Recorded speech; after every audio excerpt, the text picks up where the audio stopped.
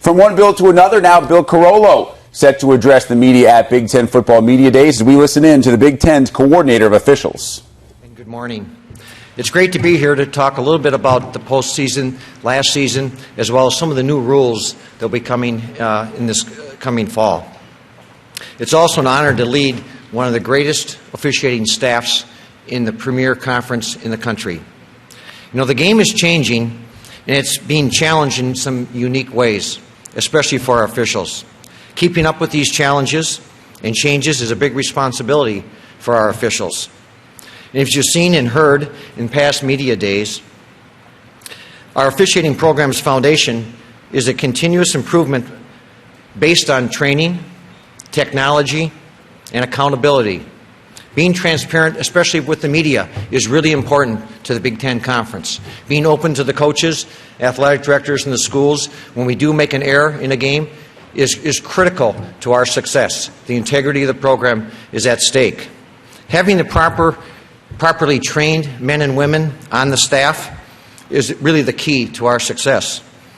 And I think we're in a good place today with regard to our staff that's diverse, athletic, competent to manage the toughest games on the biggest stages. With that being said, our number one priority, and really our number one responsibility, is player safety.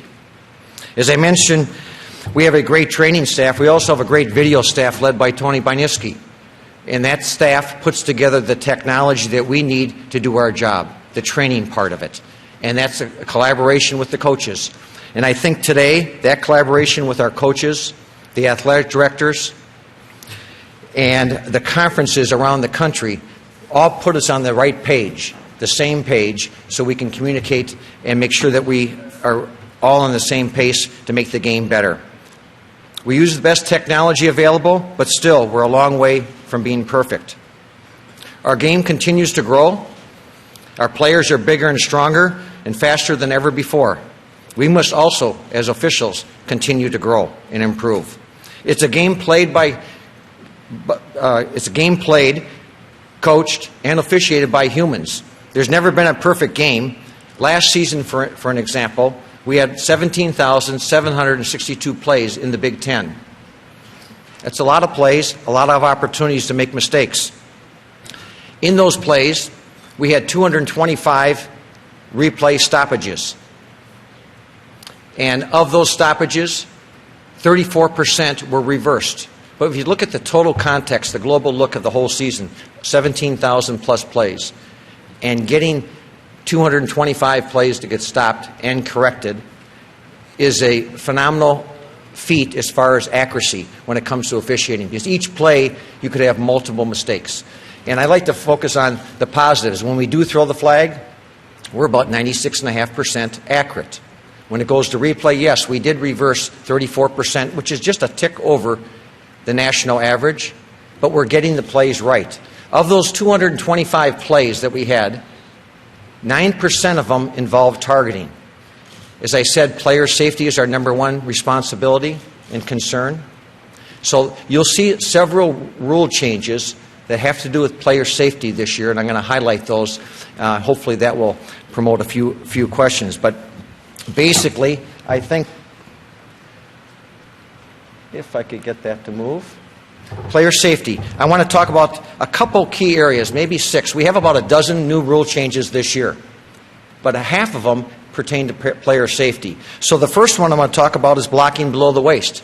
In years past, blocking below the waist in college football was legal.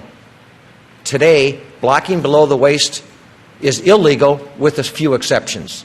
So we've kind of flipped the whole rule around in the last couple of years.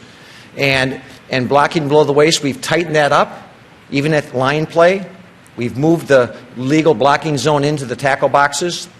You have to be stationary. And to block low, from the side, you have to be in the tackle box.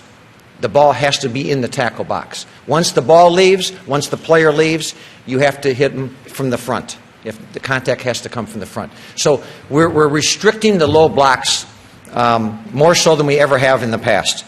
Sliding ball carrier has been our 10th category for defenseless players. So if the ball carrier slides feet first, he gives himself up, He's a protected player. He's a defenseless player, and what does that mean? He goes into the category with targeting. Okay, so we've expanded targeting. It isn't just the quarterback. It isn't the punt returner. It isn't the defenseless wide receiver. We have 10 players, categories, that they become defenseless, and once that happens, then they become part of the targeting rule. Tripping the ball carrier has also changed this year, so look for that. Tripping has always been illegal in college football, with one exception. You could trip legally the runner. We've had too many injuries with players being tripped, leg whipped, broken legs, out for the season, so we made that change. I think that's a good one for college football. Targeting. We're expanding targeting. We're trying to get it right. It's our most important call. It's our most severe penalty, not just the 15 yards, but the disqualification part of it. So from that standpoint, targeting will be expanded. Not only will the officials continue to err on the side of safety, throw the flag when we have to, and if it gets reversed, I'm okay with that. We want to get that call right. But we're giving the replay official more authority in the booth to look at all aspects of targeting.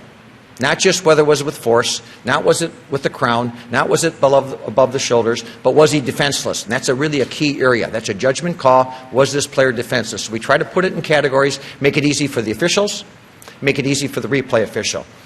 Of those 17,000 plays we had last year, as I said, 9% had to do with targeting. We missed one during the season that I felt, our graders felt, that we should have had a flag down, disqualified a player. One during this regular season, out of 17,700 plus plays, and we had one in the playoffs, in the bowl games. All right, so we don't miss it too often, but when we do, and when it's really an egregious error, a big miss, we're going to now give replay the ability to stop the game, review the play, and throw the flag. So now replay can create a targeting foul. So that's new this year, and it's all these changes have to do with player safety. Medical observer, we put that in last year, and the Big Ten really led that experimental rule on a medical observer, where a medical trained physician, doctor, could stop the game and not be involved with the timing rules, a timeout charge, or the 10-second runoff. So for medical reasons, we will stop a game if a player is in danger out there, if the expert thinks that he's injured, and we can stop it. And that rule has become a regular rule in the rule book this year, not an experimental rule. I want to talk one last rule this year, and it's about collaboration. And collaboration is an experimental rule for replay. And there's really two flavors of collaboration. You've seen a lot of the professional sports go to a command center, collaboration, every replay goes there. That's one element of replay collaboration that will be available for college football this year. And then the other one is in-stadium collaboration. We're going to take, in all Big Ten games this year, and some selected Mid-American Conference games, we are going to have the referee come over to the sideline on every single replay as normal, put the headsets on, but we will provide them with a monitor to look at the play with the replay person upstairs, and they're going to collaborate together, taking one of our best people on the field, the head referee, collaborating with replay, and our goal in this experiment is to see if can we get a little bit better. Even if it's 1 or 2% better, they're going to look at all replays, but most importantly for those targeting calls, to make sure we get those targeting calls correct. And we erred on a couple of them that we threw last year. I would have preferred that we didn't throw the flag. I would have preferred that we might have overturned or reversed that call. But, the default is, when in doubt, throw the flag. And if you're not really sure, if it's not indisputable video evidence, we're going to let the play stand. We want to change player behavior, and I think the coaches should get all the credit. We spend a lot of time with the coaches in the teams, teaching them what we're going to call, and what the rules are and the intent of the rules. But I think the coaches have got the big hit out of the game. But we're still tweaking this. We want to make sure we still protect these players. They're faster, stronger. They're launching. They're playing off their feet today. It's a tough game. It's tough to officiate, and we understand that. That comes with the territory. So we're going to use the referee and the replay person up in the booth to collaborate and try to get that call properly. And I like that idea. I think that, in my personal opinion, I think the idea of keeping the call, the final decision, on the field with trained officials on the field, trained professionals in the replay booth, is a good solution, a good stepped approach as we move forward, in this targeting area. So let me just pause there. I know the media has a lot of questions during the season for me, so obviously I'm going to give you an opportunity to ask a few questions with regard to the new rules or our program or anything that you have with regard to officiating program. So we're actually out of time for questions here in this specific forum, but availability the rest of the day for media questions? Yeah, I'm going to be available right after this, starting at 11 o'clock, from 11 to 11:30, and then the rest of the day after the luncheons, I'll be around. Excellent. Thank you very much. Yeah.